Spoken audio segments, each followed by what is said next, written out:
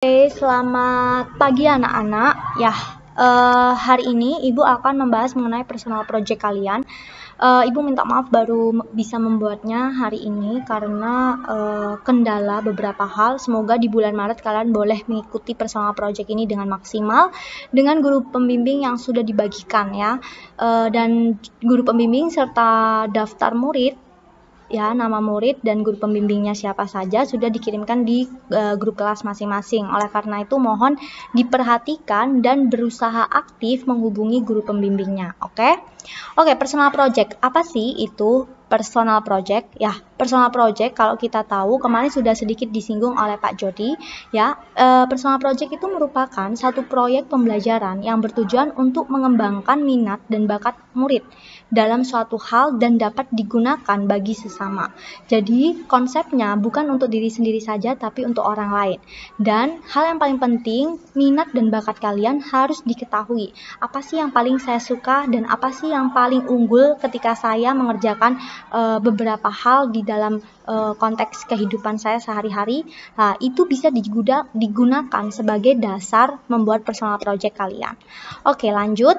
Di sini tujuan personal project ada beberapa, yaitu yang pertama dilihat dari TKWKA. Jadi ketika kita membuat personal project harus memandang segala sesuatu berdasarkan cara pandang atau worldview atau alasan Kristen Alkitabiah, ya.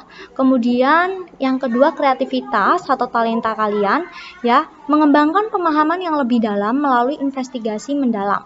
Jadi kalian harus mengembangkan apa yang kalian bisa, apa yang unggul di dalam hidup kalian, ya. Kemudian selanjutnya tanggung jawab, ya, melakukan tindakan nyata sebagai hasil pembelajaran sepanjang hayat. Ya, yang keempat, komunikasi, berkomunikasi secara efektif dalam berbagai situasi, ya. Bagi anak-anak ibu yang dimana sebagai guru pembimbingnya saya, silakan kalian aktif berkomunikasi dengan saya. Bagi yang anak-anak lain yang memiliki guru pembimbing sendiri, ya silahkan kalian juga aktif gitu, karena ini adalah salah satu tujuan kita melaksanakan personal project, ya. Lanjut yang kelima, percaya diri, mengembangkan kepercayaan diri murid sebagai pembelajaran sepanjang hayat. Ibu percaya tidak ada yang tidak memiliki talenta. Kalian semua pasti punya talenta, hal, bakat, minat yang benar-benar luar biasa yang bisa dijadikan sebagai sesuatu yang bernilai, begitu ya. Jadi tidak ada yang tidak bertalenta, semuanya bertalenta. Ya, yang keenam, bersyukur, menghargai proses belajar dan bersyukur atas pencapaian murid. Ya, selanjutnya saya akan jelaskan personal project yang diharapkan, ya. Satu, fokus pada tema kontekstual wawasan Kristen Alkitabiah, ya. Kemudian yang kedua, nanti goalnya memiliki tujuan yang jelas dan dapat tercapai sesuai dengan kemampuan kalian. Kemudian 100% hasil pemikiran, inisiatif dan kreativitas pribadi, ya. Ibu hanya sebagai pembimbing saja, guru-guru juga sama sebagai pembimbing, nanti yang mengembangkan adalah kalian sendiri. Kemudian hobinya berdasarkan hobi juga, ya. Merefleksikan minat pribadi, kemampuan khusus atau perhatian murid tentang suatu isu atau permasalahan tertentu, kemudian bisa berdampak dan menjadi berkat bagi orang lain, ya. Kemudian saya akan menjelaskan beberapa format personal project yang harus ada ketika kalian melaksanakan ini, ya. Yang pertama adalah jurnal prosesnya harus ada, kemudian laporannya ada, produk atau hasil dan eksibisi, ya. Jurnal proses nanti template-nya akan dikirim oleh guru pembimbing masing-masing ke kalian, lalu laporannya juga harus ada, ya, di setiap hal sudah tercapai apa, dari apa yang sudah dicapai dilaporkan, kemudian produk atau hasilnya juga sudah jelas, ya, kalian sudah harus memikirkan, kemudian nanti kita akan ada eksibisi atau pameran, begitu ya. Kemudian hasil atau produk, jadi hasil karya kalian itu dapat berupa suatu produk atau hasil kerja dan bisa berupa apa saja yang diinginkan. Pastikan produk atau hasil ini terbukti melalui laporan dan presentasi yang dilakukan nantinya. Ya, hasil produk bisa berupa karya tulis, ya, atau buku panduan. Kemudian hasil tujuan atau literasi, ya, misalnya mau membuat buku, kumpulan cerpen, kumpulan puisi, boleh. Kemudian presentasi sesuatu, pengembangan bisnis, karya seni, atau mungkin penemuan alat, kemudian eksperimen sains, mengadakan seminar, ya, kemudian film atau film dokumenter. Nah, Untuk produk atau hasilnya Bu, kalau di luar ini boleh nggak? Misalnya Bu, saya ini suka sekali otomotif, saya suka sekali dandan atau memperbaiki sepeda motor di rumah. Boleh nggak saya membuat produk atau hasil dari ini? Mungkin tutorial ya, memperbaiki motor yang bermasalah. Boleh nggak Bu saya membuat produk atau hasilnya berupa ini? Karena saya sukanya nih tentang otomotif nih Bu. Ya boleh ya, boleh, sangat disarankan hal-hal yang memang kalian sukai, yang memang benar-benar minat dan bakat kalian. Atau mungkin di antara kalian bilang, Bu saya nggak mau di antara list-list ini, boleh nggak saya membuat website? Boleh ya, saya mau membuat blogspot Bu, saya mau membuat Wattpad mungkin, atau saya mau membuat YouTube Bu, YouTube channel, atau saya mau membuat banyak hal Bu, saya mau membuat beberapa hal yang bisa berdampak Bu, mungkin tutorial belajar salah satu mata pelajaran ya, atau mungkin kalau kalian talentanya di mengajar, kalian mau ambil itu boleh ya. Jadi tidak terbatas hanya contoh-contoh ini saja. Atau mungkin kalian juga mau membuat satu hasil atau produk yang itu berhubungan dengan keseharian kalian. Misalnya, Bu, saya bisanya masak. Boleh nggak saya membuat produk hasil masakan saya terus saya jual? Saya membuat bisnis, saya buka usaha. Boleh nggak, Bu? Boleh. Ya, jadi bebas karena ini personal, maka ini akan yang dituntut itu adalah kalian yang berpikir, kalian yang harus mengembangkan itu. Nah, nanti kita akan ada guideline-nya dan yang membantu membimbing kalian supaya produk atau hasil ini benar-benar wow. Ini adalah guru pembimbing yang akan membimbing kalian di bidang yang akan kalian pilih ya. Oke.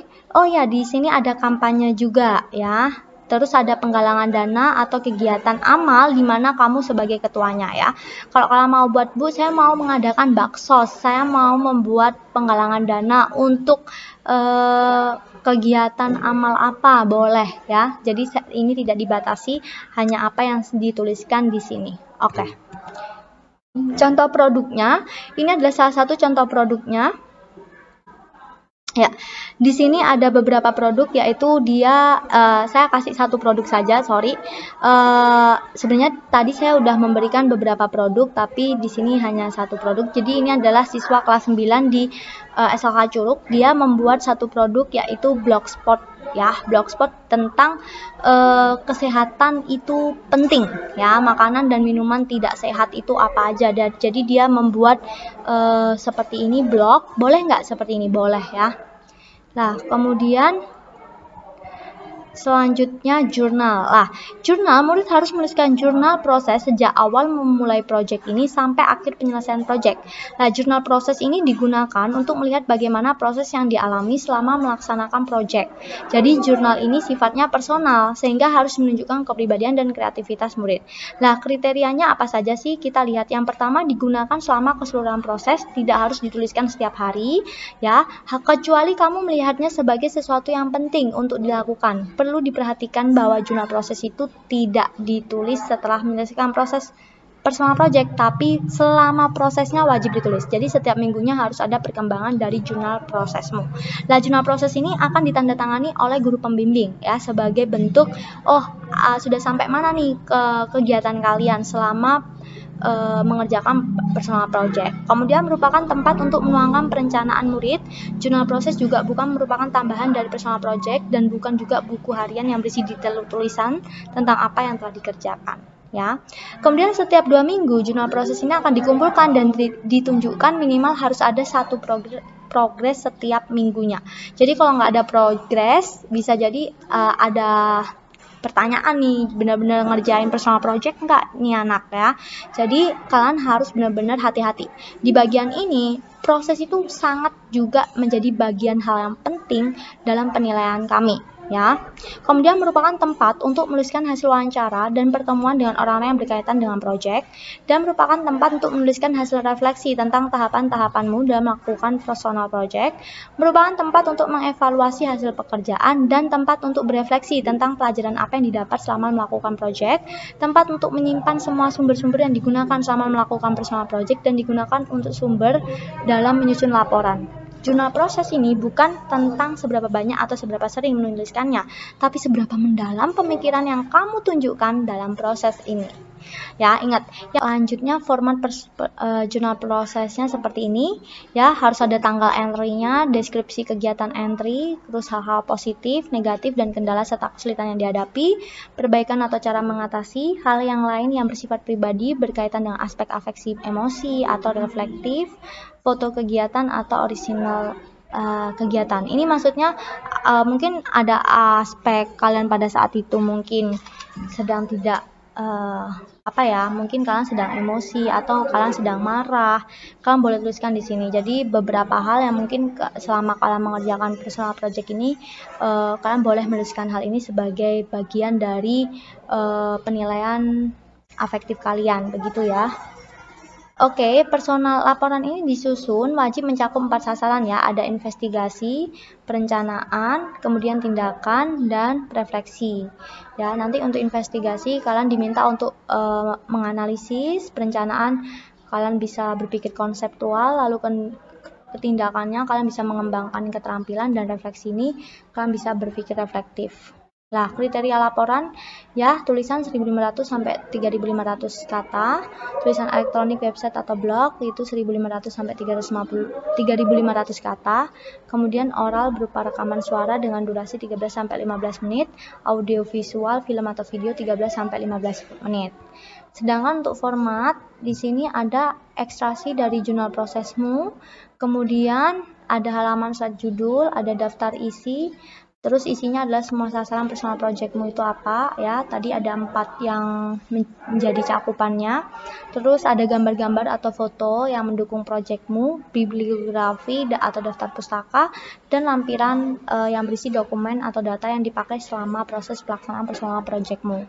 Nah, di sini Ibu berharap kalian boleh mengembangkan ini ya dengan guru pembimbing masing-masing. Jadi tidak ada nih setelah ini karena Ibu yang memegang kelas 9 terus semuanya nanyanya ke Ibu. Enggak, semua sudah dibagi dengan guru pembimbingnya. Jadi Ibu juga punya anak bimbingan di kelas 12, kalian yang di kelas 9 juga sudah diplotting dengan guru pembimbing kalian masing-masing. Jadi tolong berkomunikasi dan tetap melaporkan hal-hal yang sedang kalian kerjakan, khususnya dalam personal project ini. Kalau misalnya memang butuh bantuan atau ada kendala yang begitu berat atau sesuatu yang nggak bisa dikerjakan atau diatasi sendiri, boleh langsung menghubungi Ibu.